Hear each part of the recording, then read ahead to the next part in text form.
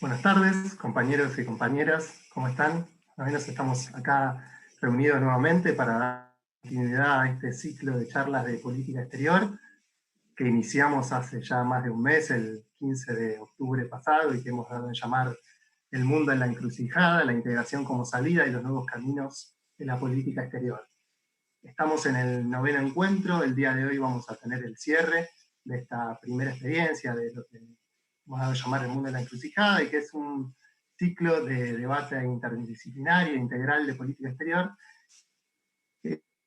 y fomentado por distintos centros de estudio, asociaciones, fundaciones, sindicatos, trabajadores, trabajadoras, funcionarios, funcionarias, diplomáticos, diplomáticas, que hemos construido de manera colectiva y coordinada este ciclo en un momento en el cual nos parecía fundamental darnos un tiempo, un espacio para tener ciertas reflexiones, tomar quizás un poco de distancia de nuestra práctica cotidiana, de lo que es quienes ejercemos política exterior, y darnos un espacio de reflexión, porque nosotros entendemos, como tratamos de remarcar siempre, que los trabajadores y las trabajadoras tienen que poder darse estos espacios, tienen que poder reflexionar sobre su propia práctica, porque como decía Germán, que siempre nos gusta, Germán Aldala, como siempre nos gusta recordarlo, no tenemos que estar solamente vestidos de mameluco y reclamando por nuestro salario, que sin duda lo hacemos, y lo hacemos con mucho orgullo y cotidianamente, sino que también tenemos que poder pensar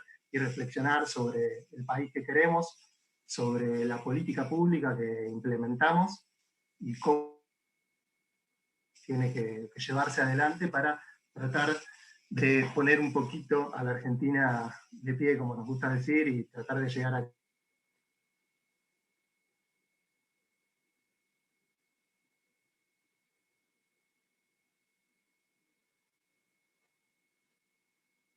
habla un poco del trabajo, las transformaciones del trabajo y los desafíos del mundo sindical. Y para eso hoy tenemos un panel, un panel de lujo. Nos van a estar acompañando el jefe de gabinete del canciller, Guillermo Justo Chávez, ministra de las Mujeres, Géneros y Diversidad de la provincia de Buenos Aires, Estela Díaz. Nos va a estar acompañando el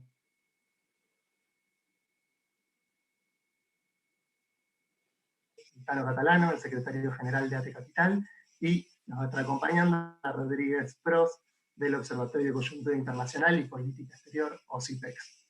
Así que, sin más preámbulos, damos inicio entonces al panel, a esta charla, y le damos la palabra para que realice la apertura al señor jefe de gabinete, Guillermo Justo Chávez. Bueno, buenas tardes a todas y a todos.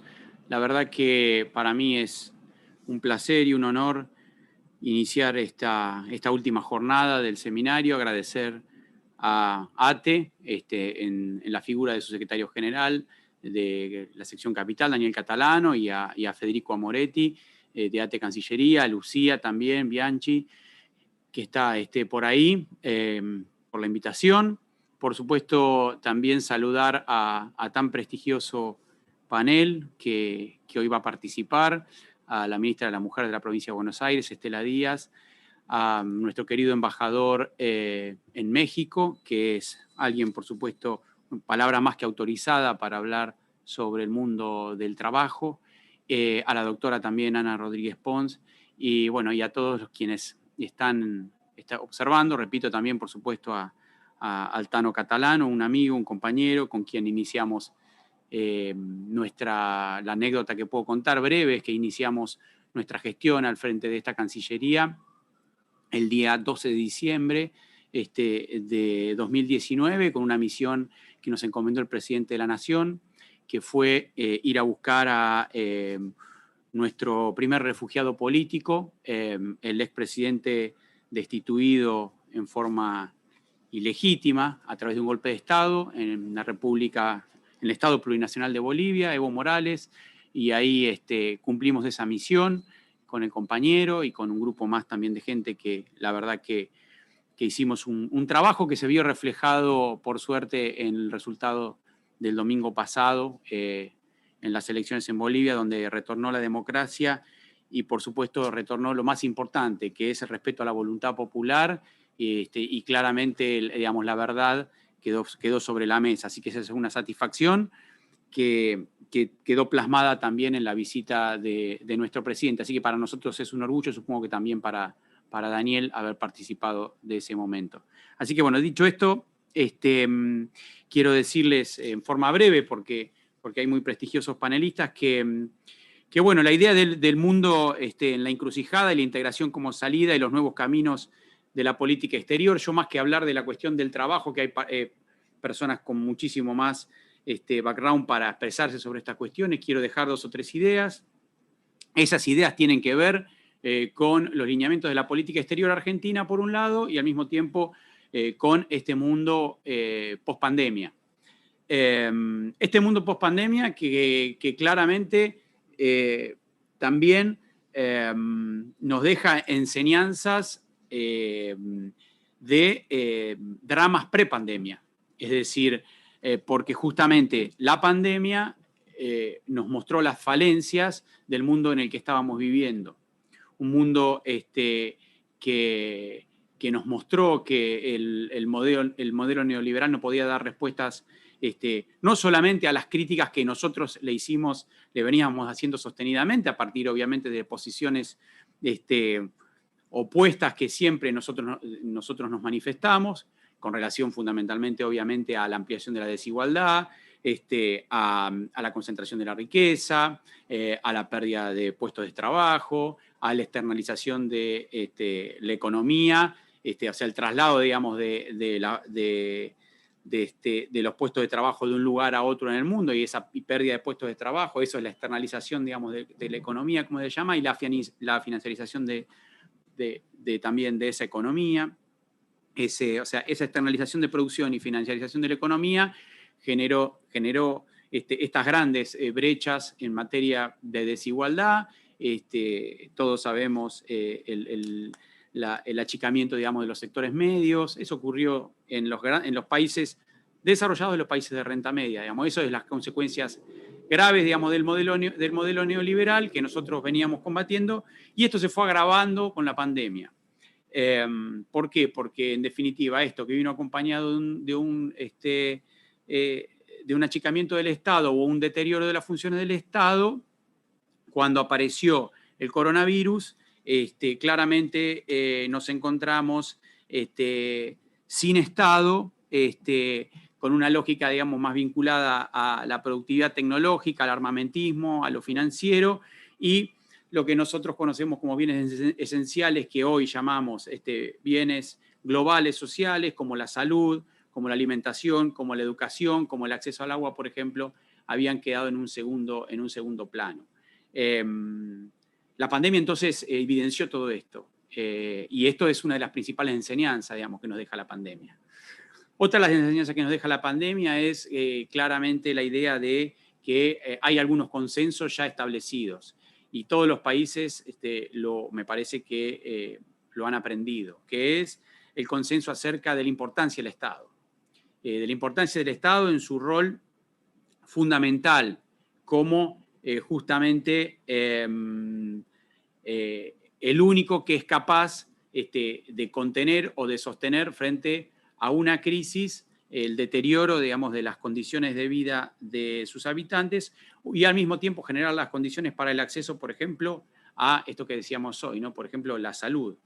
Ese consenso sobre la posibilidad del Estado de aportar lo necesario para la salud de todos los habitantes del planeta, en este caso, quedó claramente establecido, y todos los gobiernos lo han entendido así. El consenso acerca, entonces, del Estado y de la salud se le suma el consenso acerca de la evidencia científica, es decir, los mitos digamos, y el terraplanismo quedó ridiculizado frente digamos, a la evidencia científica que acompaña la posibilidad de encontrar soluciones desde ese marco, del marco de la ciencia, a este drama que es, digamos, el coronavirus. Entonces, todo esto me parece que lo que viene es a mostrarnos otra cara que parecía, digamos, desaparecida acerca de justamente lo que debe ser una verdadera sociedad global. Digo esto entonces porque ese es el escenario en el cual seguramente se va a plantear la idea del futuro del trabajo. Digamos, de alguna manera, englobando, digamos, todo esto y cerrando en 2 o 3 reflexiones más mi introducción, digo que ese papel fundamental del Estado va a ir de la mano, entonces, como les decía, con la asunción con asumir la salud como un bien público global. Ese acceso a la salud debe ser real y efectivo. No debe existir más un dilema entre la salud y la economía. El acceso a los medicamentos, como plantea nuestro gobierno, debe ser un derecho ya adquirido e inalienable, fundamentalmente para la población de mayor riesgo. Tenemos que ir también hacia este Estado, digamos, justamente este fortalecimiento del Estado o este robustecimiento del Estado para la recuperación tiene que ir de la mano de una fiscalidad democrática que ya se está expresando en la República Argentina a través de un sistema tributario progresivo, a través de un impuesto justamente a la riqueza en el cual de alguna manera se aplique este principio de solidaridad que debe ser clave en una sociedad que se tiene que recuperar. Hay otras lógicas con la cuestión de la fiscalidad que tiene que ver con terminar con la dinámica de la heredocracia, que es un grave problema, digamos, del capitalismo, de este neocapitalismo, o este postcapitalismo, o este capitalismo recalentado.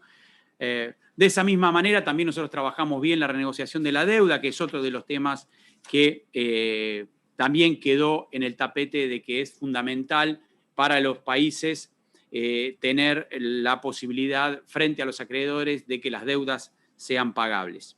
Eso con respecto, digamos, a la recuperación del Estado, fortalecimiento, como les decía, de esa fiscalidad que tenga características democráticas. Y después, claramente, digamos, desde el punto de vista de la política exterior, me parece que es clave esta idea del fortalecimiento del multilateralismo, la recuperación. Creo que el resultado de las elecciones en Estados Unidos va a favorecer eso.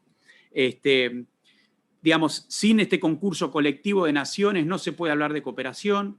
Las naciones que hoy están en el centro de la disputa o de la guerra comercial entre China y Estados Unidos, pese a que China se ha mostrado claramente a favor, digamos, de la intervención de las organizaciones, de los organismos internacionales, como por ejemplo la Organización Mundial de la Salud, pero fundamentalmente la alianza del multilateralismo está promovida por países que pueden generar dinámicas de equilibrio en las regiones. Por ejemplo, como lo está planteando Francia y Alemania en Europa, o claramente como esos mismos países nos ven a nosotros como protagonistas, por ejemplo, junto con México en la región.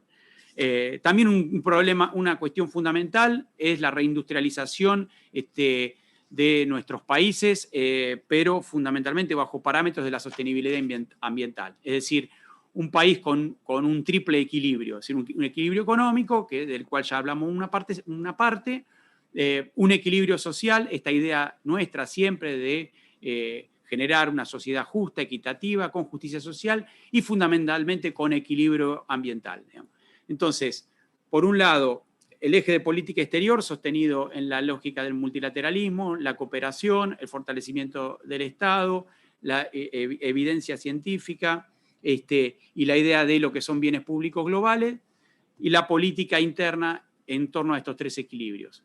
Creo que a grandes rasgos ese es un panorama general. De esa forma nosotros nos vamos a poder ubicar finalmente como República Argentina en base a un principio de no alineamiento activo, es decir, una posición activa con buen vínculo con las potencias que hoy se disputan, digamos, la escena comercial global, Estados Unidos y China, y fundamentalmente también con la defensa siempre de nuestros principios elementales que ya son tradición en el contexto internacional y en la comunidad internacional, como es la defensa irrestricta y permanente, la promoción y la ampliación de los derechos humanos. Dicho esto, les agradezco mucho, traté de ser breve, pero me parece que es una introducción como para que podamos seguir avanzando. Muchas gracias. Muchas gracias, Guillermo Chávez, jefe de gabinete de nuestra Cancillería Argentina. Impecable la síntesis de todo lo que fuimos debatiendo en estos distintos encuentros. Fuimos abordando, digamos, con más detalle, con más profundidad en cada uno de los ejes de abordaje, todas estas cuestiones que acabas de sintetizar también. Me parece central esto de pensar las enseñanzas diarias de la pandemia, ¿no? Digamos, ¿qué es lo que la pandemia nos dejó? Sin demasiada, no quiero extenderme demasiado, pero en algún punto también la pandemia hizo visibles aquellas desigualdades preexistentes, ¿no? Y en algún punto una parte de esas desigualdades tienen que ver con las cuestiones de género, tienen que ver con el acceso al trabajo, tienen que ver con la feminización de la pobreza, tienen que ver con también una emergencia de todas aquellas tareas de cuidado y de la economía de cuidado que están invisibilizadas y que muchas veces o en su mayoría recaen sobre las mujeres, tiene que ver con cómo las mujeres transitamos nuestros trabajos en este contexto, y me parece que, bueno, esto nos puede dar el puntapié para presentarla a ella, que es para nosotras y para nosotros un gran orgullo que esté acá acompañándonos y cerrando este ciclo. Le agradecemos profundamente su participación. Estela Díaz, ministra de las Mujeres, Políticas de Género y Diversidad Sexual de la provincia de Buenos Aires, una militante social, una militante sindical, una militante feminista. Le voy a pasar la palabra a ella y le voy a agradecer muchísimo que nos esté acompañando para poder abordar también desde una perspectiva feminista la cuestión del trabajo y la cuestión del sindicalismo. Bueno, muchísimas gracias, Lucía, gracias por tu cariñosa presentación. Bueno, Federico también por la invitación y saludar al jefe de gabinete de Cancillería y a compañeras y compañeros queridos acá reconocidos de este panel de cierre del seminario. La verdad que, bueno, vos me dabas la palabra con un buen pie en relación a un aspecto que me parece importante, cómo nos ha demostrado la situación de pandemia, algunas desigualdades estructurales e históricas. Creo que si pensamos, este es un buen contexto, nosotros llegábamos a los nuevos gobiernos, tanto en la Nación como en la provincia de Buenos Aires, sabiendo que teníamos el enorme desafío de remontar la cuesta de este descalabro que hizo el macrismo, yo le digo el macrividalismo, ¿no? Porque tengo siempre muy presente lo que nos pasó en nuestra provincia de Buenos Aires en estos años. Además, con qué velocidad desquiciaron nuestra economía y el tema de la deuda, el jefe de gabinete recién se refería a esto, es uno de los ejemplos. En todos los periodos de mayores endeudamientos que vivió la Argentina, ninguno comparado a la aceleración de deuda y fuga con la que vivimos en este tiempo de macrismo, destrucción de empresas, de puestos de trabajo y intentando llevarse puesta la institucionalidad. Sabíamos de las dificultades de afrontar esta situación, ni pensar un aspecto particular en la provincia de Buenos Aires, el desguace del sistema y las dificultades del sistema de salud, algo que fue, bueno, fuertemente desmandado justamente porque lo que vino después fue la pandemia. Así que, bueno, a tiempo récord, recuperando ese sistema de salud, haciendo una inversión millonaria en obras, en personal, en todo lo que se puso en funcionamiento para lograr algo que fue una meta de un gobierno que puso el centro en el Estado presente, pero en la protección de la vida y en el cuidado. Y en eso fue lo que decían tanto nuestro ministro de Salud en la provincia como el nacional, no encontrarnos en la situación de tener que elegir a quién darle un respirador y a quién no poder ponérselo. Algo tan deshumanizante, además, cuando tenés que poner a profesionales de la salud en esa realidad. Bueno, no fue gracias a el enorme esfuerzo como Estado que se hizo. Pero voy acá. ¿A qué nos mostró? En el sentido que Lucía lo planteaba recién y que Guillermo lo planteaba de algún modo también en la presentación que hizo. La pandemia nos mostró las enormes desigualdades. Y estas desigualdades yo quiero particularmente referirlas a este aspecto que nos obligó el tema de no tener ni cura ni vacuna hasta ahora, porque parece que pronto viene la vacuna, que el único modo de cuidarnos era quedarnos en casa, era el aislamiento. Y esto aceleró varios procesos y demostró algunas cosas, porque demostró las desigualdades, no nos quedamos en casa de las mismas maneras. Las casas en las que podemos quedarnos o que no tenemos para quedarnos, o el alquiler que no pudimos seguir pagando, bueno, mostró además una problemática estructural respecto a la vivienda, al hábitat, clarísima en ese sentido, y a las desigualdades de esa casa. Por ejemplo, en un tema crucial cuando pensamos el trabajo del futuro, como la conectividad. Y lo vimos en el debate educativo, pero es claramente también un debate para lo laboral. Y aparecieron otras desigualdades y fenómenos de lo que significa quedarse en casa, como el trabajo de cuidados, Lucía lo mencionaba, los niños, las niñas estudiando en casa, y la violencia de género. Porque cuando pensamos las inseguridades, el fenómeno de la expresión de la violencia de género, el ámbito doméstico familiar, es uno de los ámbitos persistentes, que se estima que alrededor del 30% de las parejas, familias, hogares, espacio de la afectividad, de la manera que queramos llamarlo, existe. Y esto se puso muy evidente, me parece que la pandemia nos posibilitó que podamos mirar esto. Y en ese sentido, cuando se piensa además el futuro del trabajo, aceleró algunas de las cuestiones. Bueno, el Congreso de la Nación sancionó una ley de teletrabajo, aunque en realidad lo que se aceleró era llevarnos a oficinas domésticas, no podemos ni siquiera llamarlo teletrabajo.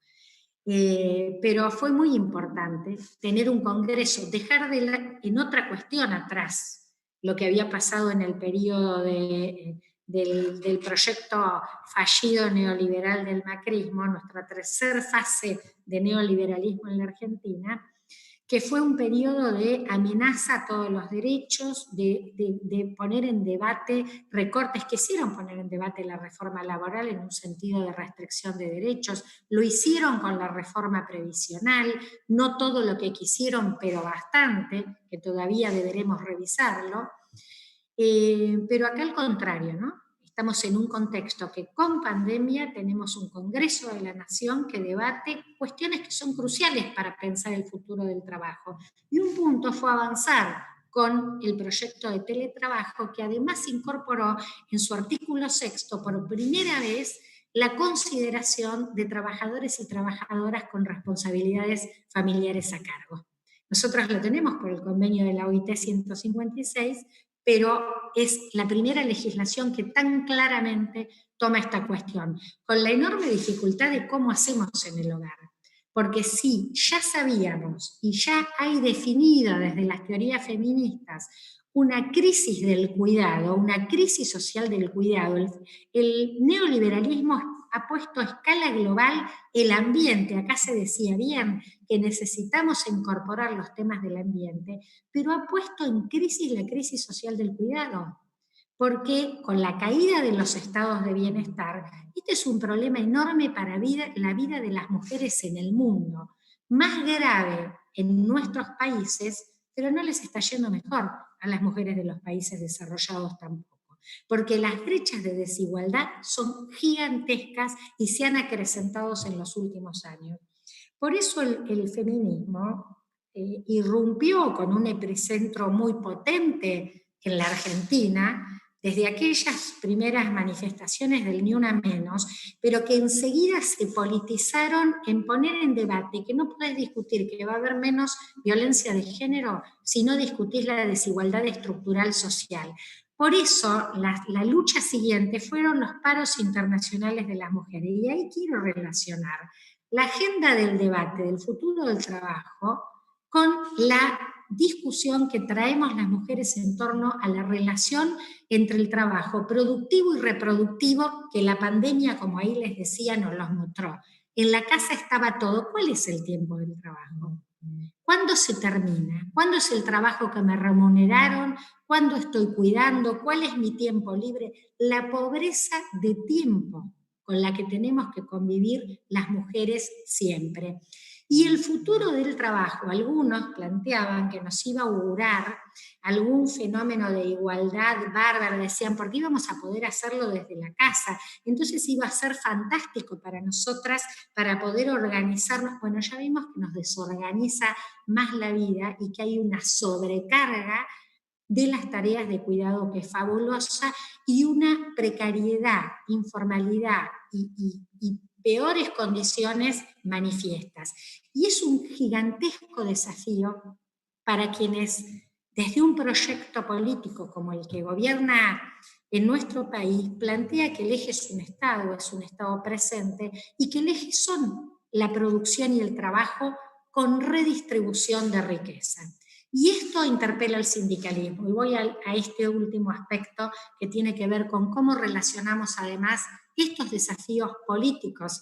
Yo se me cuesta, ¿no? Vieron decirles desde qué camiseta o desde qué sombrero lo hablo, porque siempre tengo mi camiseta sindical y además porque siento tal cual, que además lo dice nuestro gobernador. Yo sigo siendo una trabajadora con un poco más de responsabilidades, pero este es el lugar y de hecho este es nuestro mandato, de ser un gobierno militante, solidario, cercano, accesible. Esa es la función que tenemos los que estamos en la responsabilidad de Estado, pero que esta es nuestra mirada, la mirada del interés de las mayorías, de los que más necesitan, pero pensando en la construcción de igualdad. Y en ese sentido, esta agenda es una agenda que fue tomando en los últimos años más fuerza y más presencia en el sindicalismo, pero que es ya a esta altura ineludible como agenda política sindical, pero también por el debate de las representaciones de las mujeres en el sindicalismo. Bueno, está en esta mesa Altano Catalano, que en la última elección de ATE hicieron conducciones paritarias, sin que haya legislación que lo obligue. Hay un cambio social tan significativo y acelerado que nosotros tenemos la vieja ley de cupo sindical que dice hasta el 30%. Hoy tenemos sindicatos que están discutiendo la paridad sin que haya legislación, por voluntad política, por visión política de la necesidad de la incorporación de las mujeres. Pero además esto tiene que ser, para mí sin dudas, acompañado de una agenda sindical. ¿De quién no ser esta agenda? Sino del sindicalismo. Algunas veces a nosotras nos decían y discutíamos, ¿no? Que parecía que la lucha de clases o la identidad de clases o la agenda política programática de los derechos de los trabajadores y las trabajadoras podrían tener tensiones o colisión con la agenda feminista. Yo digo que exactamente todo lo contrario. Discutir las brechas de desigualdad están intrínsecamente ligadas a la agenda que plantea la igualdad de género como parte de la discusión de qué es el trabajo digno, qué es el trabajo de calidad y qué es la justicia social si no la es además con igualdad de género. Esto me parece que plantea que el debate del futuro del trabajo tiene que estar centrado como fue el desafío para los trabajadores y las trabajadoras y el sindicalismo en las distintas etapas de grandes transformaciones de la producción, del sistema productivo. Tiene que ser con la discusión de la regulación, la participación de los trabajadores en las ganancias, la democratización de los ámbitos de trabajo, la discusión de la red, y en este caso hay que incluir algo que antes tenía una agenda poco densa, que es entender la correlación entre mundo productivo y reproducción de la vida, la corresponsabilidad de trabajo y de cuidado. El Estado, las empresas, la sociedad, la comunidad, la familia y nuestros sindicatos tienen que tener esto como una parte ineludible de su agenda. Se trata de esto, cuando pensamos la redistribución, el sindicalismo nace luchando por un modelo redistributivo en clave a justicia social, un modelo redistributivo de recursos. las luchas de la redistribución por las identidades y por el reconocimiento que traen las luchas del feminismo, las luchas medioambientales, de pueblos originarios, y en una América que celebramos. El jefe de gabinete recordaba de Cancillería la gran gesta argentina para nuestros hermanos bolivianos que hoy han recuperado su democracia. Bueno, nos mira desde este punto, de que debemos completar los procesos de emancipación latinoamericanos, y son con descolonización y con despatriarcalización como fenómenos imprescindibles de la construcción de justicia, de igualdad, de independencia y soberanía. Así que bueno, muchas gracias. Discúlpenme, pero yo voy a quedarme un ratito más y después me tengo que ir a otra actividad. Muchísimas gracias, Estela, la verdad, impecable, clarísimo los conceptos que has vertido en esta charla. La verdad es que la pandemia efectivamente ha visibilizado eso que estaba oculto, la importancia de las tareas de cuidado, y ahí es ahí donde ha surgido también la necesidad del Estado de legislarlo, tanto en la ley de teletrabajo de los privados, también como en el ámbito del empleo público, de la Secretaría de Empleo Público, donde también se han implementado las licencias para madres, para padres, para gente con menores a cargo, para que pudieran estar dedicados a esa situación en este contexto tan delicado de pandemia que nos toca vivir. Y también en una cuestión más particular, en lo vinculado al ámbito del sindicalismo, fundamental la lucha por la paridad, que se impulsa tanto desde varios sindicatos, esto sin que haya una legislación que así lo indique, lo ordene o lo obligue. Es fundamental tomar esas banderas, y me parece que es ahí donde el Consejo Directivo de ATE Capital lo está implementando, y nosotros también desde la Junta, desde donde nos toca, desde la Junta Interna de nuestro Ministerio, de la Cancillería, tratamos de trabajar para que eso sea cada día una realidad constante, cotidiana, y que trascienda también lo meramente electoral y la representación en una lista. La realidad es que hoy en día, y aprovecho para saludar el espacio de género de nuestra Junta, que es uno de los espacios más dinámicos que tenemos, que tiene reuniones todas las semanas con afiliadas, con delegadas, el cual trabajan con una agenda positiva totalmente, y la verdad es que nos dotan de una dinámica impresionante, así que un saludo para todas ellas que además nos están mirando siempre, siguiendo este ciclo desde que comenzó al pie del cañón, así que un saludo para el espacio de género. Y bueno, y también retomando un poco el tema de la centralidad del Estado, ¿no? Este debate que aparece con la pandemia, de rediscutir cuál es el rol de ese Estado en este contexto, donde aparecen distintos modelos a lo largo y ancho del mundo, donde hay estados que se inclinan en favor de defender a las grandes mayorías, y otros que parecieran tener principal interés defender las cuestiones más vinculadas a los poderes económicos y demás. Es fundamental repensar el rol del Estado y a nosotros como estatales, ¿no? No es un ente abstracto, sino que es una herramienta, como también citándolo nuevamente a Germán, que dependiendo en manos de quien esté, sirve para liberar o para dominar, ¿sí? En ese sentido, es importante también pensar el rol de los trabajadores y las trabajadoras como quienes implementan esas políticas públicas, y también la necesidad de garantizar condiciones dignas para esos trabajadores y trabajadoras, porque es difícil pensar en la implementación de políticas públicas de calidad sin salarios y que así lo permitan. Así que eso es fundamental, y venimos de 4 años muy duros de lo que fue la gestión del macrismo, y es necesario empezar también a levantarnos de eso. Brevemente, y para ya presentar al Tano Catalán, el secretario general de ATE Capital, es decir, cuando iniciamos este ciclo, el 15 de octubre, todavía no había ocurrido todo lo que pasó en América Latina en este contexto, ¿sí? Tuvimos ahora 3 presidentes en Perú, en un contexto de movilizaciones, de represión.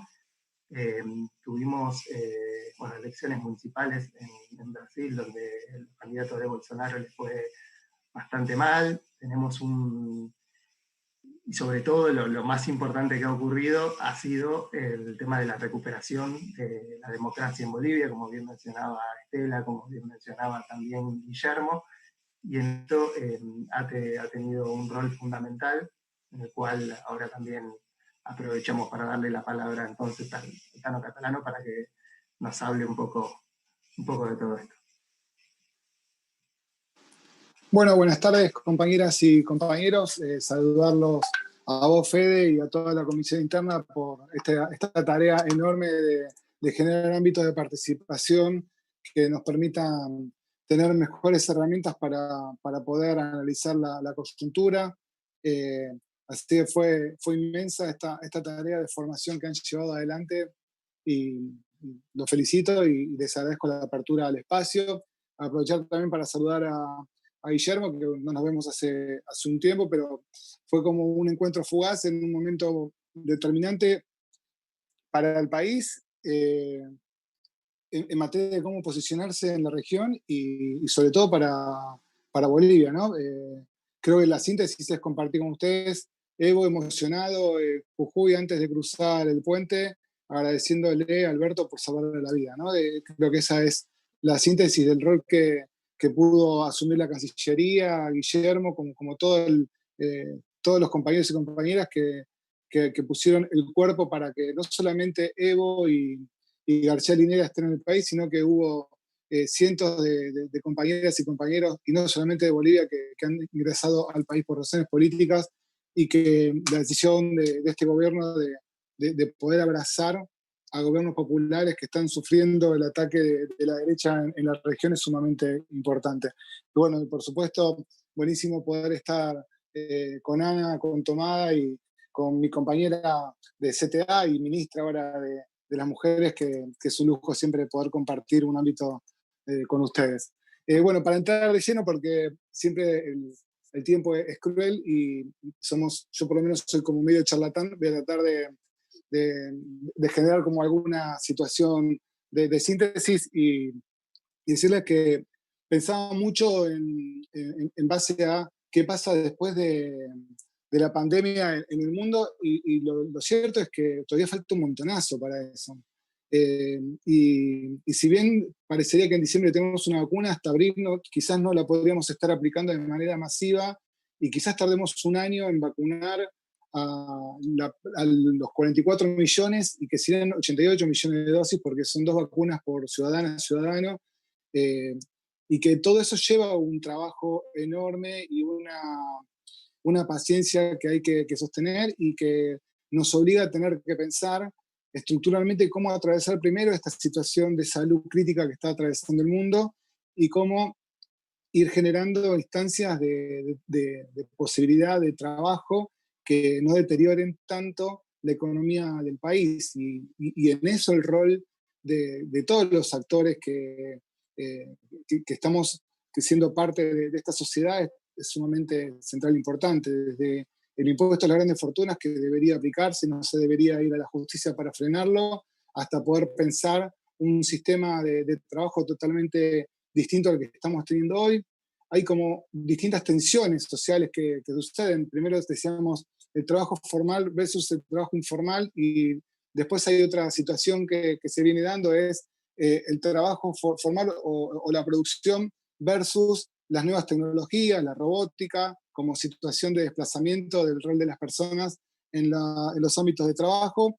Y un poco todo esto asusta y nos llena de preguntas, pero también viendo el mapa de cómo está nuestro país, y viendo el mapa de cómo está el continente, y viendo el desastre que dejaron los gobiernos neoliberales, muchas veces se hace muy difícil tratar de aplicar el pensamiento mágico de la robótica a un país en donde todavía no logramos instalar la conectividad para que los 44 millones o 45 millones podamos tener acceso a Internet, algo tan simple como eso, pero que hoy no lo tenemos como resuelto en materia de ir sosteniendo todos los derechos que fue consiguiendo el kirchnerismo primero, y ahora Alberto en su gran gobierno con Cristina.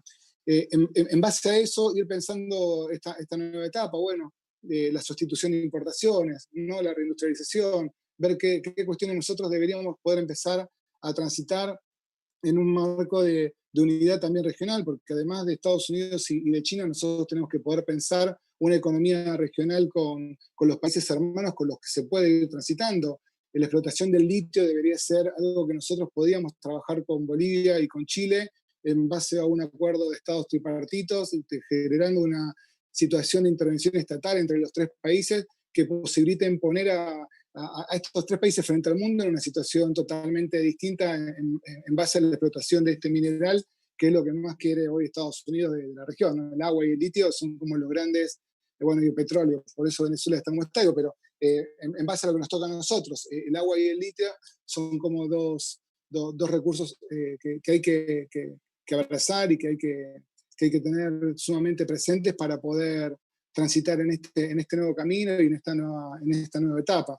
Y en eso ir tratando de saldar todas las discusiones que hay que dar, ¿no? No es la economía informal rompe con la economía formal, sino ver de qué manera se sale de una situación de crisis como la que nos dejó el gobierno de Mauricio Macri y cómo nosotros podemos afrontar una etapa post-pandemia para generar puestos de trabajo genuinos y cómo hacemos para ir abrazando a toda la comunidad para que esas estrategias de supervivencia que han desarrollado para poder garantizar que sus pibas y cada uno de ellos no muera de hambre, sino que tenga garantizado esta situación de trabajo, se puede ir transformando en empleo genuino. Es un desafío enorme. Creo que el Estado tiene un rol totalmente determinante y hoy, de hecho, si no fuera por la inserción del Estado en todo el territorio, a través de la IFE, a través de la REPRO, a través de la asignación universal, incorporar 1,5 palo más de pibes y pibas a que puedan ser parte de esa asignación universal, a poder pensar un esquema totalmente distinto del pago de las jubilaciones, estaríamos en una situación totalmente de indefensión frente a la pandemia y frente a la crisis económica mundial. Entonces, poner en valor que hoy hay un Estado que es benefactor, un Estado que tiene presencia, un Estado que no especula, un presidente que lo primero que hizo fue recuperar los 10 ministerios que había eliminado el gobierno de Mauricio Macri, un presidente que lo que hizo fue repensar un esquema estructural de recursos para poder generar alivio en la población y armar mesas de trabajo en donde esté el empresariado, los movimientos sociales, el sindicalismo y el gobierno como forma de poder pensar la etapa que tenemos que transitar, son como los pilares que a nosotros nos tienen que ir interpelando para lo que viene, que es esta nueva etapa. Después, por supuesto, desde lo ideológico, cómo se sale de acá, qué es lo que queremos, sí, muchos de nosotros pensamos que habría que desde el Estado quizás recuperar las empresas energéticas, tendríamos que poder desarrollar los ferrocarriles a nivel federal, que se pueda descentralizar la población demográfica de otra manera para que no tengamos tanta acumulación de ciudadanos y ciudadanas en grandes ciudades.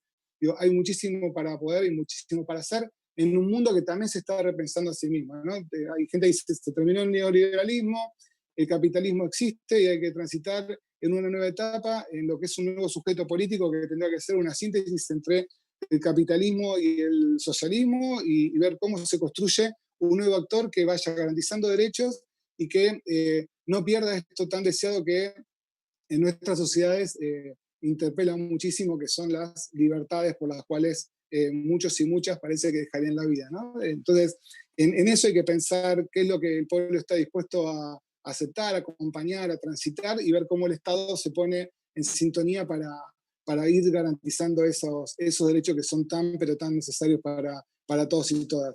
Esta etapa nos lleva a reflexionar muchísimo, viendo las distintas experiencias mundiales y la necesidad de la igualdad, el que quizás empezar a delinear un continente plurinacional es necesario para poder empezar a reconocernos no desde los pueblos originarios, sino de cada una de las raíces que habitan en nuestra región, sin desmerecer una sobre otra, porque la descolonización no parte solamente por poner en valor a los pueblos originarios de la región que estuvieron acá cuando llegaron a colonizar los españoles, los portugueses, los ingleses, sino que hay una nueva etapa después de tantos años en donde tenemos que poder reconocernos en cada una de las identidades que formamos parte de la región.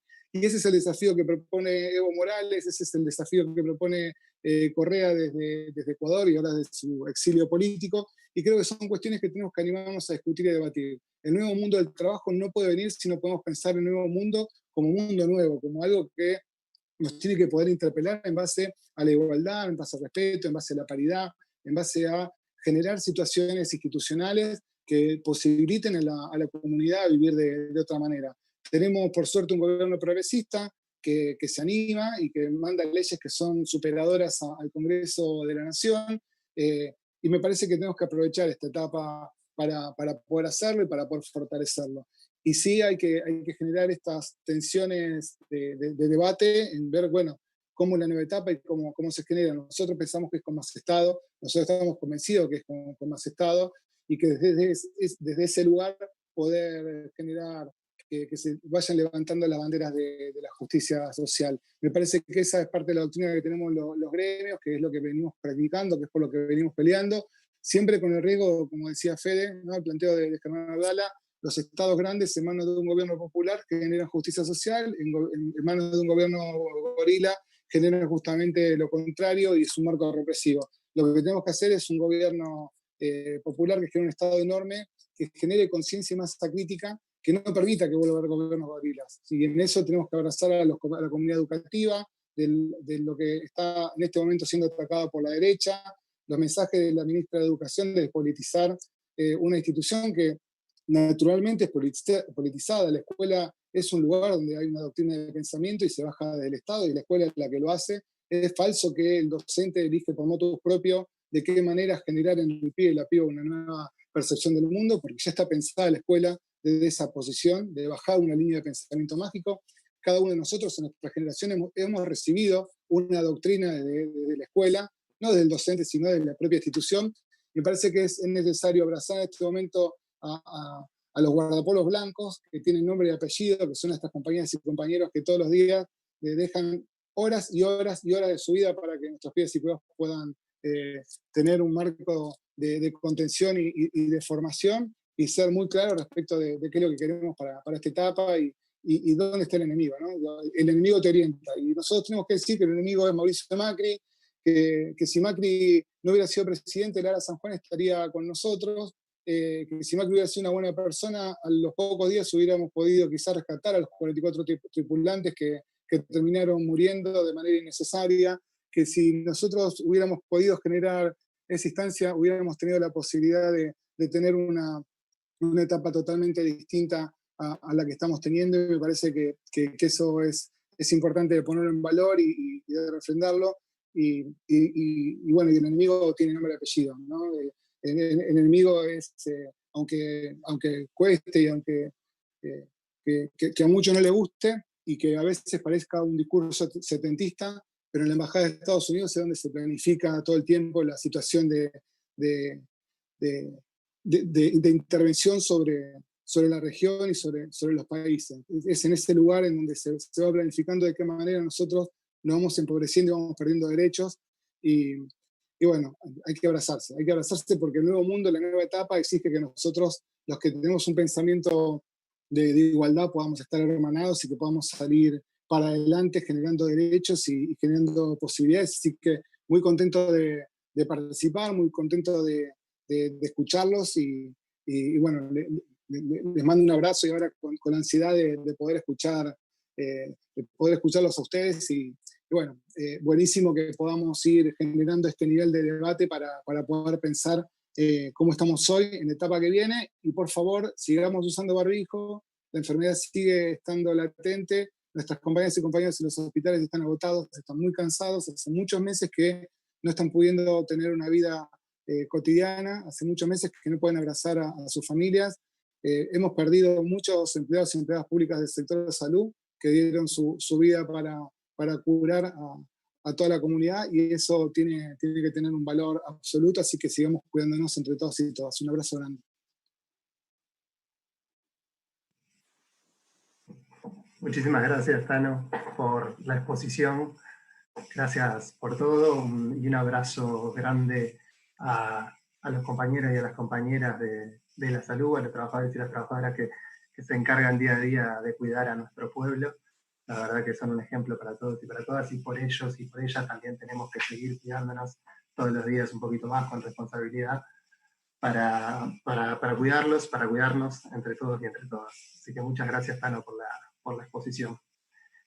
Le vamos a dar ahora la palabra a una persona con una vasta trayectoria en lo que es la temática del trabajo. Le vamos a dar la palabra a quien fuera ministro de Trabajo entre el año 2003 y 2015, y quien actualmente se desempeña como embajador argentino en México. Así que, Carlos Tomada, te escuchamos atentamente.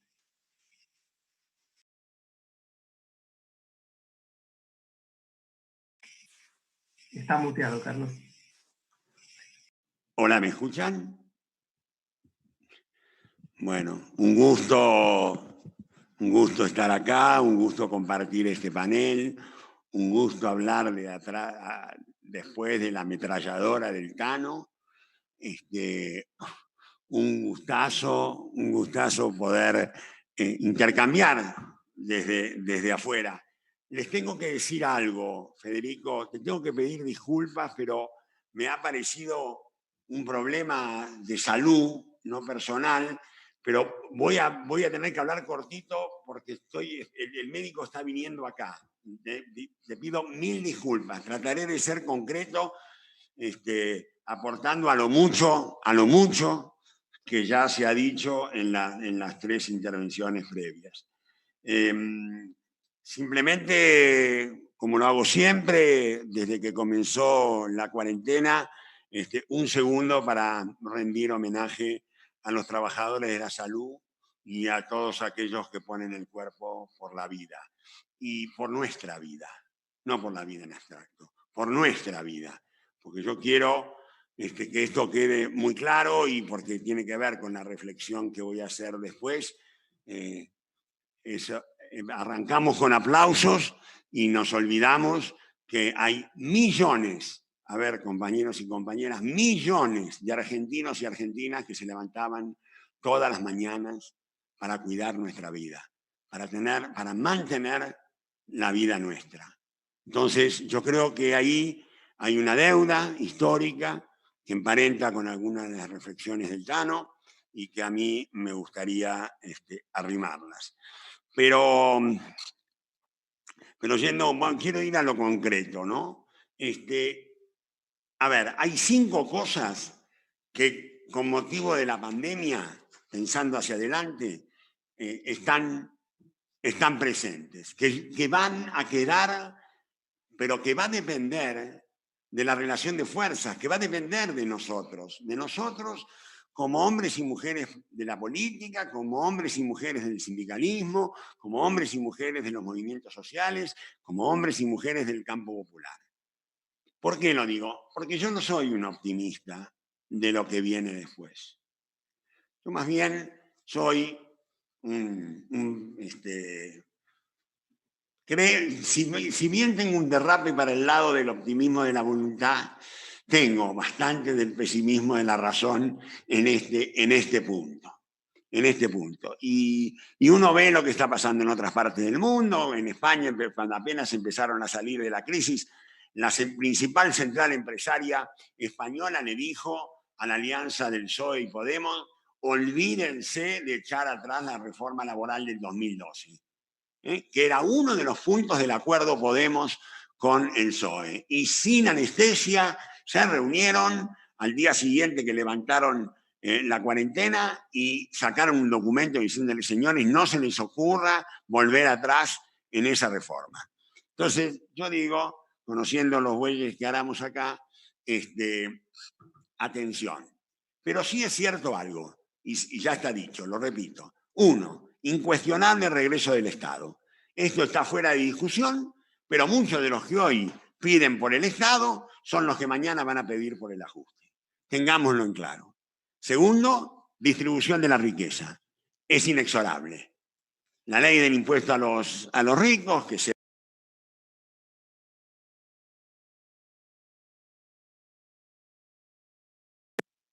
¿Está bien ahí? Estaba mencionando la ley de impuestos, es una parte de esta disputa por la distribución del ingreso, que parte de una pregunta fundamental que queda planteada y que nos queda planteada a todos, que es: ¿quién paga la crisis? Pregunta que nos hacemos todos los días, todos los que estamos en el campo de la política y sobre todo del movimiento obrero. ¿Quién paga la crisis? Y está claro, y lo voy a parafrasear a Néstor Kirchner cuando decía: los muertos no pagan la deuda. Yo digo, las víctimas no pagan la crisis. Las víctimas no. ¿Y quiénes son las víctimas? Los trabajadores, las trabajadoras, formales, informales, las pequeñas empresas, los científicos, las víctimas del macrismo y las víctimas de la pandemia. Todos ellos no pueden ser quienes paguen la crisis. Afortunadamente tenemos un gobierno que también hace la misma lectura. Y se ha planteado más de una vez, con todo lo que a veces cuesta y demás, pero se ha planteado más de una vez con este discurso, diciendo nosotros hemos priorizado la vida y no vamos a afectar derechos de los trabajadores. Y está pasando, porque no hay muchos países que en plena pandemia hayan sancionado un perfil de ley de teletrabajo como la que el movimiento obrero impulsó en el Parlamento, porque esto también hay que decirlo. La ley de teletrabajo es también uno de los terrenos de intervención donde el movimiento obrero, a través de Vanessa Sile y a través de Hugo Yagi, a través de todos otros compañeros, lograron que se sancionara una ley que es orgullo. Acabo de estar en un Zoom de la OIT, donde hablaron los españoles, donde habló el embajador español acá en México, y les puedo asegurar que podemos estar bien orgullosos de nuestra ley. Estaba diciendo, incuestionable regreso del Estado, distribución de la riqueza, teletrabajo. Es cierto, esta es otra de las consecuencias claras de la pandemia, más allá de que existiera previamente. Nosotros ya en el 2008 veníamos hablando de este tema porque queríamos demostrar que se podía ser moderno, entre comillas, que se puede introducirse en el mundo del trabajo del futuro sin necesidad de que ese mundo del trabajo sea sin derechos, que es lo que quieren todos los que hablan sobre el futuro del mundo del trabajo. Imaginan un escenario de trabajo sin derechos. Pues no, acá esto no corre todavía, porque tenemos movimiento obrero, entre otras cosas. Segundo, cuarto, nuevas políticas de salud y seguridad en el trabajo. Esto ya deja de ser una cosa romántica o de algún técnico o de algún médico progre. La verdad es que el atraso que la Argentina tiene, de la que en parte me hago cargo, al final de cuentas, en materia de una clara política preventiva, de que la salud y la seguridad de los trabajadores es fundamental en el establecimiento, ya no se tolera más. Los protocolos son un primer paso, pero en los protocolos tienen que intervenir los trabajadores. Los protocolos no los puede hacer solamente un técnico, que obviamente es indispensable, no soy tan necio, pero quien conoce los problemas y los riesgos en los lugares de trabajo son los trabajadores y las trabajadoras. Y ese tiene que ser un punto de partida. El último punto es la cuestión de la inclusión de los precarios. Como aquella frase famosa, quien una vez abre los ojos no puede volver a cerrarlos. La frase no es mía. ¿Quién ha visto que se pagan 9 millones de argentinos que están en la precariedad, en la informalidad, desocupados? 9 millones, no puede cerrar los ojos. Y nosotros, nuestro gobierno lo está haciendo, está achicando, pero está compensando por otro lado, está buscando el camino porque sabe que tenemos que hacernos cargo de esos 9 millones. Por supuesto que en primer término, mediante la generación de trabajo. Esa bandera no la vamos a resignar nunca, porque es una bandera del pueblo argentino, es una identidad del peronismo, pero además porque es el trabajo el que crea la riqueza, no la riqueza la que crea el trabajo. Y nosotros vamos a salir de esta crisis con laburo y a partir del trabajo. Y esto también lo dice nuestro gobierno. Claro, para ir redondeando, uno dice, bueno, está todo bien, che, está muy simpático lo tuyo, pero ¿cómo? ¿Cómo? Y acá es donde yo quiero volver a los trabajadores y las trabajadoras que pusieron e hicieron este tremendo esfuerzo. Yo creo que ese esfuerzo que hicieron, ¿quiénes? Empecemos por los esenciales, las trabajadoras y los trabajadores del cuidado, los que distribuían alimentos, los trabajadores agrarios, las cajeras de supermercados, los que estaban en el transporte. Esos trabajadores están dando cuenta y ejemplifican esto que yo digo en el sentido de que hay que buscar alguna manera de compensar. Y yo creo que una de las formas de reconocer esa contribución que han hecho los trabajadores y las trabajadoras es retomar un concepto que está un poco abandonado, o que aparece un poco desvaído y que yo creo que tiene que recobrar cierta centralidad, que es la cuestión de la participación. Yo creo que la forma de compensar a los trabajadores y a las trabajadoras es abrir la puerta a la democracia en la empresa. Creo que la democracia no puede llegar a la puerta de la empresa y parar ahí y que adentro reine la discrecionalidad empresaria. No hay correspondencia entre el grado de madurez de los actores sociales en la Argentina, del sistema de relaciones laborales en la Argentina, del funcionamiento de la negociación colectiva en la Argentina, con el escasísimo o nulo nivel de participación de los trabajadores. Y hablo de todo sentido. Es cierto que nuestro gobierno está recuperando la agenda que tuvo que suspender por la pandemia, está volviendo con la ley que tanto hemos reclamado, las compañeras han dado ese ejemplo enorme del movimiento de mujeres reclamando la ley contra el aborto clandestino. Pero también me parece que es necesario plantear que hoy por hoy la participación no tiene que ser solamente a nivel superestructural. Es cierto, el Consejo Económico Social será ese nivel para que las grandes centrales empresarias, sindicales, los movimientos sociales planteen los temas estratégicos. Pero necesitamos también la democracia en los establecimientos. Necesitamos también, arrancando tal vez de los comités mixtos de salud y seguridad. Puede ser ese un camino primero para empezar a que entiendan que esto no es, que manejar una empresa no es solamente una decisión de los inversores de capital, que los que invierten trabajo también tienen derecho a opinar y mucho más ahora después de este enorme esfuerzo que se ha hecho. ¿Y saben de dónde se me ocurrieron, de dónde me copié para pensar estas cosas? En lo que pasó con el movimiento del sufragio femenino. ¿Saben cuándo se terminó de imponer y nadie más discutió la cuestión del voto de las mujeres? Después de la Segunda Guerra Mundial. Porque después de todo lo que hicieron las mujeres en la Primera y en la Segunda Guerra Mundial, ¿quién se iba a animar a discutirle? ¿Quién se iba a animar a discutirle que las mujeres tenían derecho a votar a los gobiernos? Arrugó todo el mundo. Entonces yo lo que digo es, los trabajadores y las trabajadoras que han hecho este esfuerzo tremendo a nivel mundial, pero también, obviamente, estoy hablando de la Argentina, modestamente, tenemos que plantearnos esta posibilidad de ampliar los niveles de participación. Es un debate, no es cuestión de bordar y surcir y cantar, pero yo tengo una enorme confianza en nuestro movimiento obrero. Única razón por la cual el neoliberalismo no está definitivamente instalado en la Argentina. Con los buenos, con los malos, con los regulares, con los lindos, con los tanos y con los no tanos.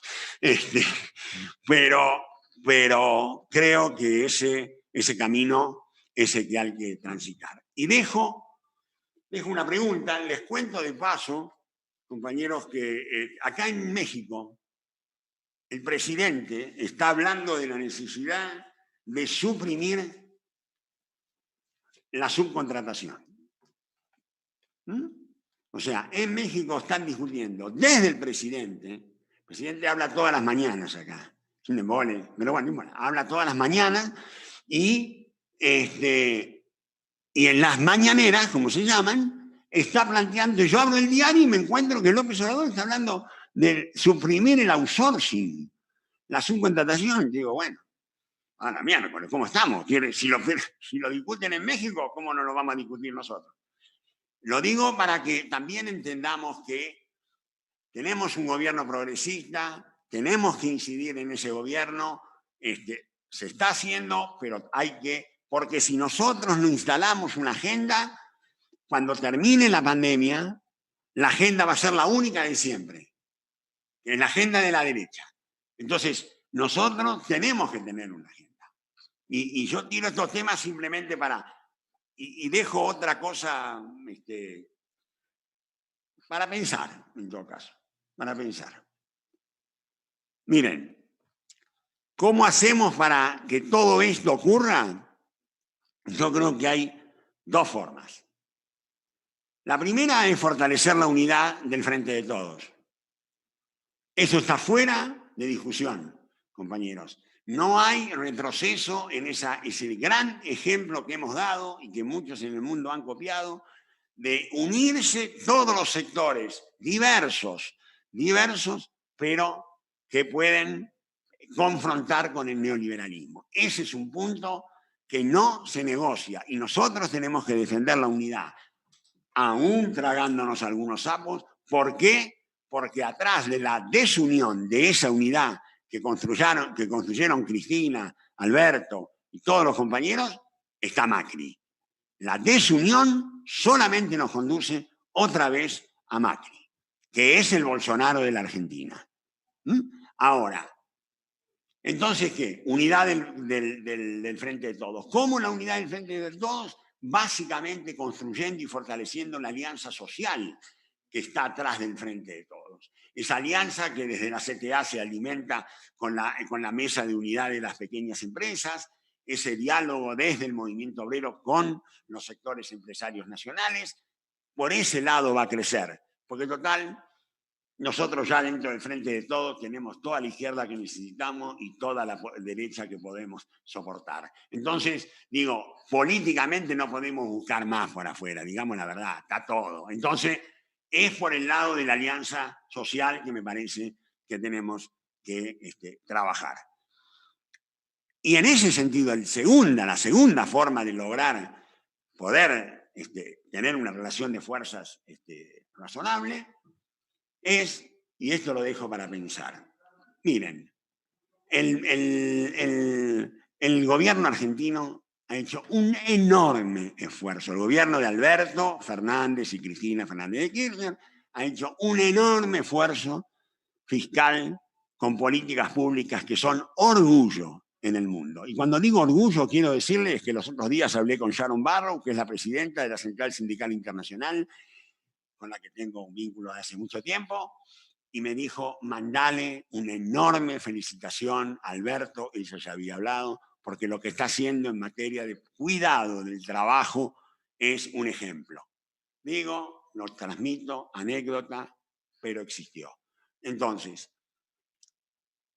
¿qué tal si ese esfuerzo que ha hecho el Estado subvencionando empresas no sirven como motor, como elemento, para que esas empresas cambien sus comportamientos?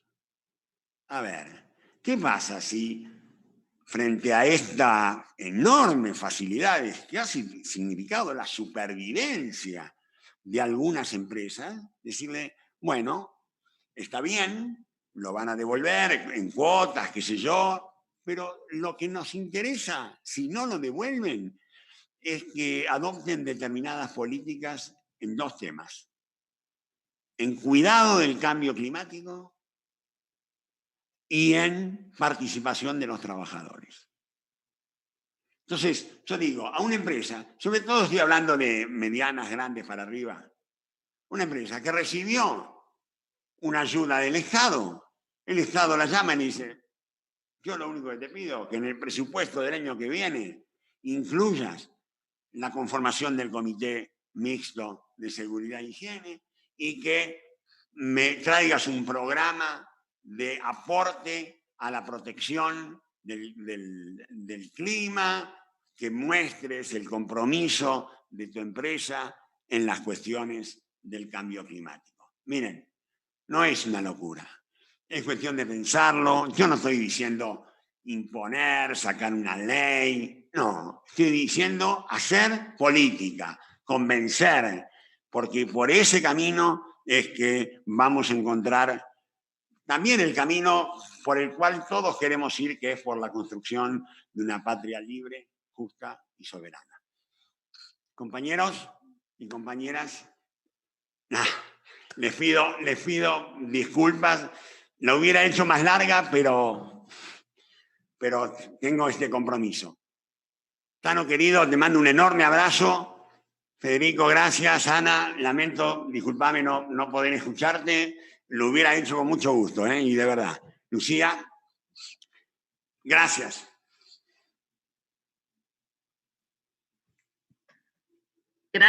Gracias, Carlos Tomada. Inmensamente agradecidos y agradecidas, nada que disculpar, todo lo contrario, agradecerte muchísimo tu tiempo, tu dedicación, la claridad de los conceptos, me parece que es central para poder, bueno, nada, dejó 1000 puntas abiertas para profundizar, me parece que una mirada súper integral, tan detallada, ¿no? Es más fácil desde acá que donde está el Tano, que tiene que comerse todos los garrones. No, pero me parece que es destacable la claridad en el análisis, la introducción de esto de poder meterse en un mundo con modernidad, pero sin pensar el trabajo sin derechos, poder pensar las políticas de salud y seguridad, poder pensar el tema de la precarización y de todo lo que sucede con quienes se encuentran en grandes niveles de informalidad, y también una serie de debates que se habilitan ahí en relación con el desarrollo de lo que es la economía popular, lo que es la economía informal, de cómo se procesan estos nuevos trabajos que aparecen, pero que están absolutamente desvinculados de la posibilidad de acceso a los derechos, tenemos que defender el trabajo formal como garante de una serie de derechos que también articulan a los derechos sociales.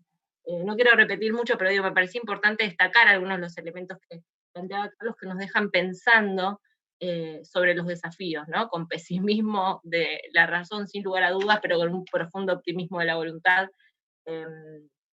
Quiero aprovechar también todas estas cuestiones que fue planteando Carlos en relación con algunas cuestiones más específicas, ¿no? Del campo de los derechos laborales, para presentarla a ella. Ana Rodríguez Pros es abogada laboralista de la UBA, es miembro de OSIPEC, que es el Observatorio de Coyuntura Internacional y Política Exterior. Ana, bueno, te dejo la palabra, muchas gracias también por acompañarnos en este proceso. OSIPEC ha sido una de las organizaciones que nos ha acompañado durante todos estos encuentros y que es organizadora justamente de nuestro ciclo, así que te paso la palabra. Bueno, muchas gracias. Buenas tardes a todos y a todas. La verdad que estoy muy contenta por poder participar de este panel, por poder escuchar a todos y todas los expositores preopinantes. Antes de comenzar con una breve exposición de ideas, que espero poder ir retomando algunas de las cosas que se fueron hablando, me gustaría agradecer, saludar y celebrar no solamente a ATE Cancillería y a mis compañeros de OSIPEX, sino a todos y cada uno de los grupos de estudio, centros de investigación y fundaciones que participaron y robustecieron la reflexión en este ciclo de debates, de reflexiones interdisciplinarias, súper integral. La verdad que celebro muchísimo no solo la iniciativa, sino la socialización de ideas tan valiosas, muchas de ellas que vienen a poner de manifiesto o a evidenciar la crisis y los consecuentes desafíos del escenario internacional, del rol del Estado y de los Estados en ese escenario, con una impronta o con una perspectiva de muchísima altura teórica, también con un sentido muy crítico, pero fundamentalmente lo que rescato es la vocación transformadora y el compromiso social de reconocernos no solamente partícipes, sino también protagonistas y responsables en una demanda de relaciones internacionales con mucha más ética, de una economía moralizada y, ¿por qué no?, del pasaje de un antropocentrismo despótico y posmoderno a un humanismo mucho más integral. En este marco, bueno, la temática del mundo del trabajo, como ha quedado evidenciado, es extremadamente compleja. El trabajo en sí no solamente es un fenómeno, un concepto, una idea, un significante súper complejo, interdisciplinario, que implica aristas individuales, la del trabajador en sí mismo, aristas colectivas, la de la organización de los trabajadores, que es más que la yuxtaposición o lo plurindividual, sino que es una dinámica o una perspectiva realmente colectiva, que el trabajo como significante también está atravesado por la historia situada, está enraizado en la cultura de cada pueblo, a su vez está en diálogo constantemente con el rol que cada Estado decide asumir con respecto a ese trabajo, con un rol más activo, protector, o con un rol de abstención, y obviamente inserto en una geopolítica que también va mutando, por lo tanto queda de suyo la complejidad del fenómeno que queremos abordar. En ese sentido, para pensar un poco el paradigma del trabajo, pensé en proponer girar en torno a 3 preguntas. La primera es, ¿cuál es el paradigma tradicional de trabajo? ¿A qué llamamos generalmente trabajo? La segunda es, ¿qué grado de realización, de observancia en los hechos tenemos de ese trabajo, de ese paradigma tradicional? Y en base a ese trabajo que tenemos, la tercera pregunta va de suyo y es, bueno, ¿qué trabajo queremos? En ese sentido, como para retomar la idea de paradigma tradicional de trabajo, sin ser reduccionista, podemos ir al artículo 4 de la Ley de Contrato de Trabajo, que nos habla de que más allá del trabajo como una actividad lícita remunerada, fundamentalmente el trabajo es la actividad productiva, creativa y creadora del hombre en sí, y recién después podemos hablar de una relación económica o de un intercambio económico.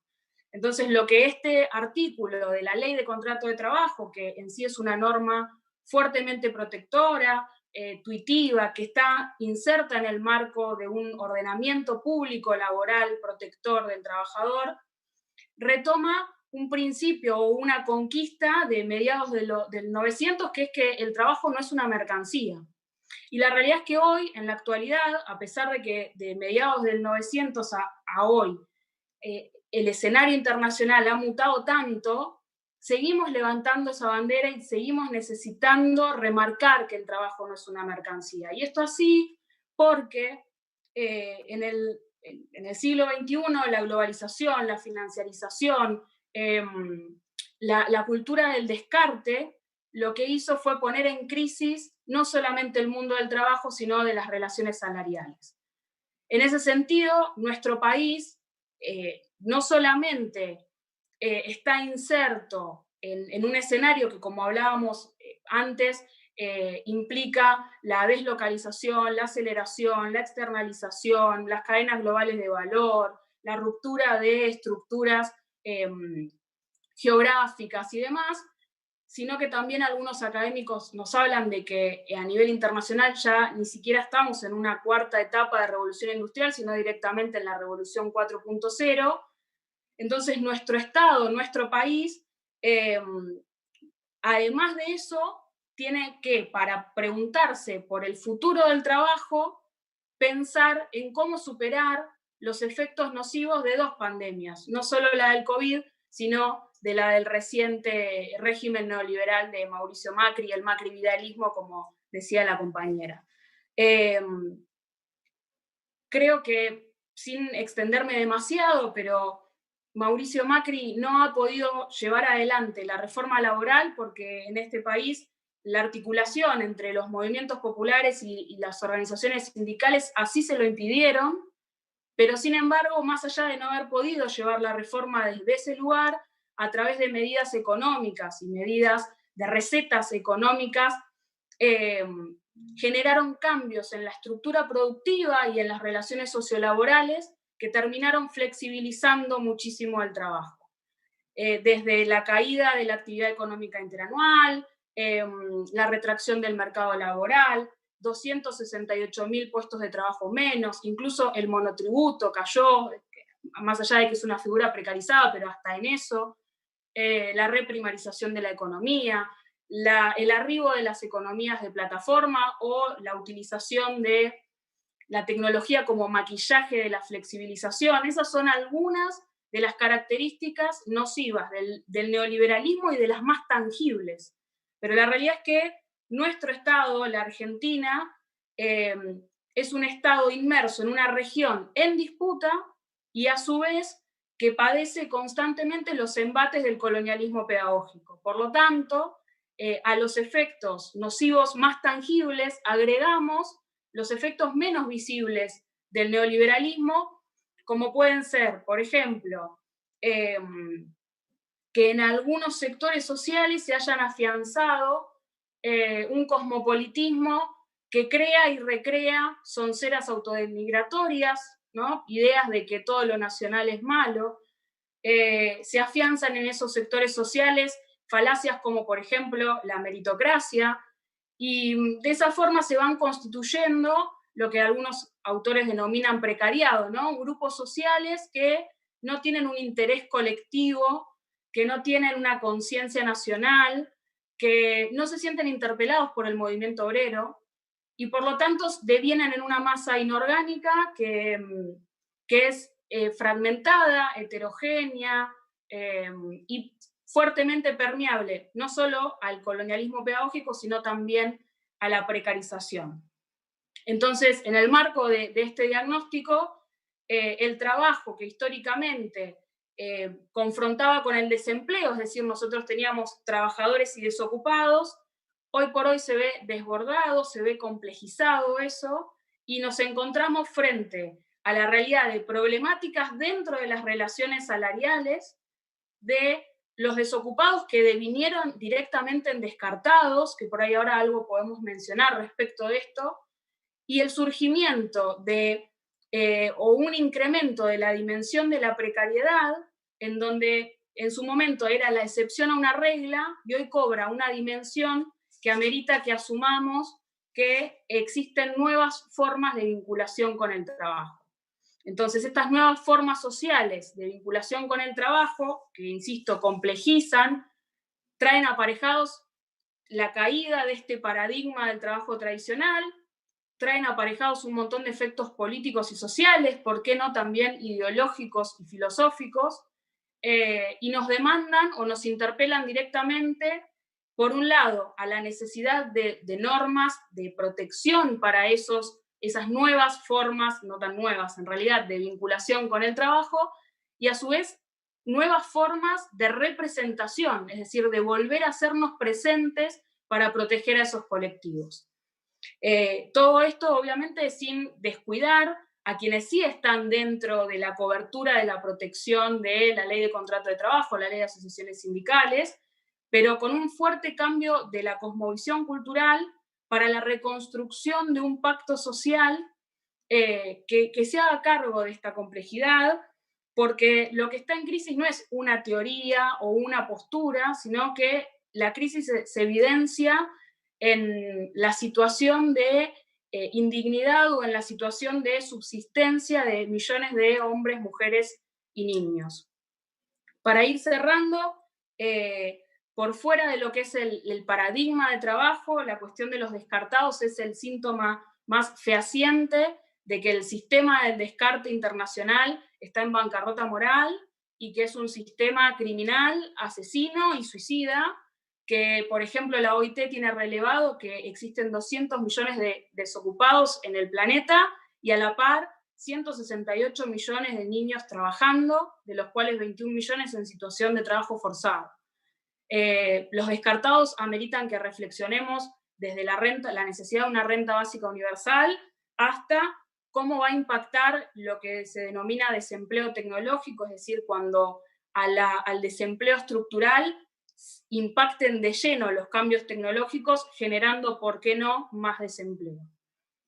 Otra cuestión a tener en cuenta es la economía popular, los trabajos de cuidado. Algo se ha hablado de eso, la necesidad de un Estado que garantice la igualdad de trato con respecto del trabajo formal, de estas formas de trabajo, y a su vez impida que se creen instituciones o nuevas dinámicas que sean funcionales o permeables al fraude laboral.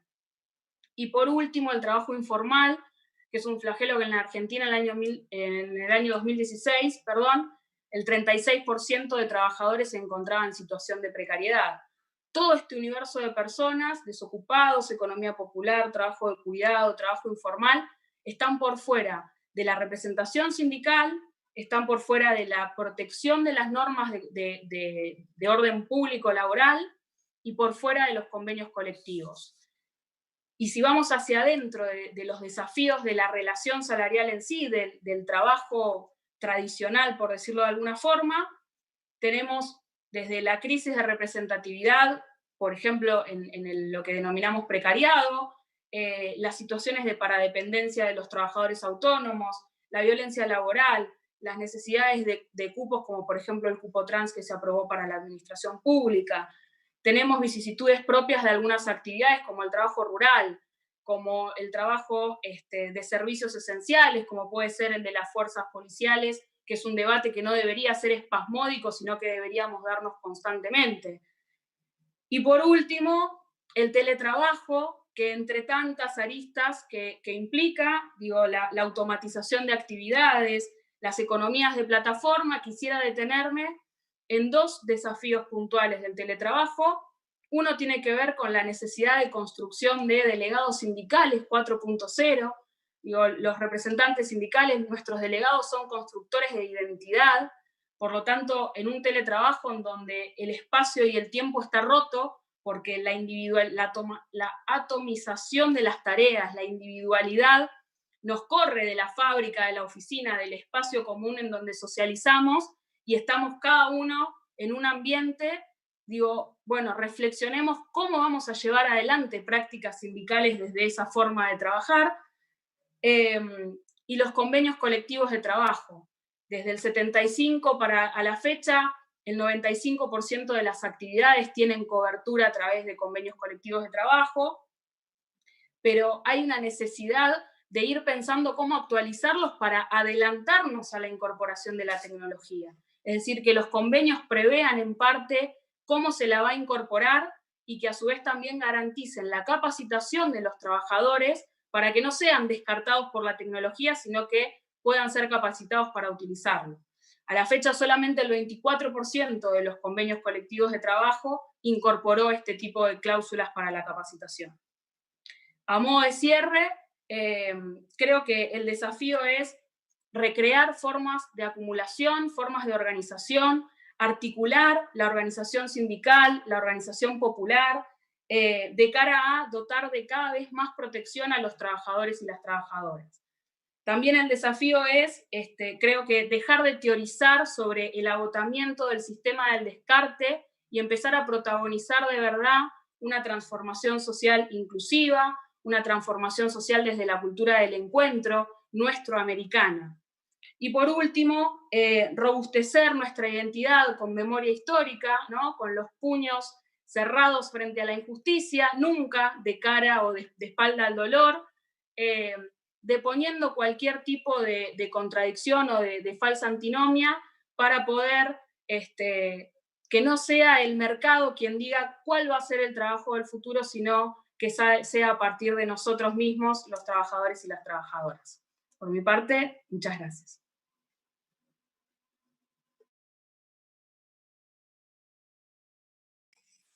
Muchísimas compañera Ana, la verdad que es un placer, un gusto escucharte. Impresionante la exposición, creo que los conceptos que has esbozado en relación al mundo del trabajo, poco ahí para agregar, creo que tocaste todas las temáticas habidas y por haber, impecable, la verdad que un aporte fundamental el tuyo, muchas gracias por acompañarnos hoy, la verdad que muy agradecido y agradecida. Poco que agregar en relación a lo del trabajo, quizás sí retomar lo de la cuestión de Latina, esta idea que apareció mucho en el largo del ciclo, la cuestión de América Latina en disputa, esta idea de la polarización vigente hoy en día y que viene desde hace años, ¿no? Donde la derecha parece haber retomado la mecánica del golpe de Estado como una herramienta, una vez más, frente a la imposibilidad de obtener la victoria por la vía democrática. Tenemos el caso de Zelaya en Honduras, el golpe a Zelaya en Honduras, el golpe a Lugo en Paraguay, el golpe presentarse de muchos candidatos y candidatas de lo que son los movimientos nacionales y populares de distintas regiones de Latinoamérica, el golpe en Bolivia el año pasado, y cabe preguntarse quizás en términos lo plantea García Linera cuando habla de un empate catastrófico en en Bolivia y extensivo a América Latina, si estamos ante lo que mencionábamos previamente, cuando hablamos de que en Perú estamos en un momento de pleno auge de movilizaciones, donde hablamos de que en Chile acaba de triunfar el apruebo y la reforma de la Constitución de Pinochet, que había sido un legado desde épocas de la dictadura, donde en Bolivia estamos en un proceso de recuperación de la democracia de parte del gobierno de Arce y del rey de Evo Morales, así que quizás sea momento de pensar eso y ver cuál es nuestra tarea, y me parece que ahí retomar un poco lo que planteaba Carlos Tomada, que me parece que fue un aporte fundamental, la importancia de la unidad, ¿no? La unidad como el camino, la unidad es el camino, como solemos decir nosotros desde el sindicato, como el faro que alumbre un poco lo que sea el camino de aquí en adelante, porque evidentemente tenemos que mantener la unidad del campo popular sabiendo lo que hay del otro lado. Así que eso en relación a una reflexión más general en torno al ciclo. Y bueno, ya para ir cerrando, no quiero dejar la posibilidad y el momento de agradecer a todas las organizaciones participantes que voy a pasar a nombrar, al Observatorio de Coyuntura Internacional y Política Interior, OSIPEX, a la Asociación de Estudios de Relaciones Internacionales Argentina, Aérea, al Grupo Independencia, a la Fundación para el Desarrollo de América Latina y el Caribe, Fundalat, de Tucumán, al Instituto Chuquisaca, a la Fundación de Integración Regional y Relaciones Internacionales de Jujuy, al Grupo San Juan, a la Fundación Urbe, a la Fundación Germán Abdala, al Centro de Formación y Pensamiento Génera. A todos ellos, a todas ellas, agradecerles por el desarrollo de este ciclo, y entendemos que esto no es más que un puntapié inicial para lo que comienza a partir de ahora, para pensar todos juntos, todas juntas, una política exterior soberana de cara al futuro y seguir construyendo ese camino desde la unidad. Así que nada más, compañeros, compañeras, agradecerles la presencia, agradecerte Ana, agradecerte Tano, agradecerte Carlos Tomada, agradecerle a Guillermo Chávez, agradecerle a Estela Díaz, a todos ustedes, a todos ustedes. Un saludo grande y nos estamos viendo próximamente en los próximos eventos. Muchas gracias, compañeros, compañeras, por estar.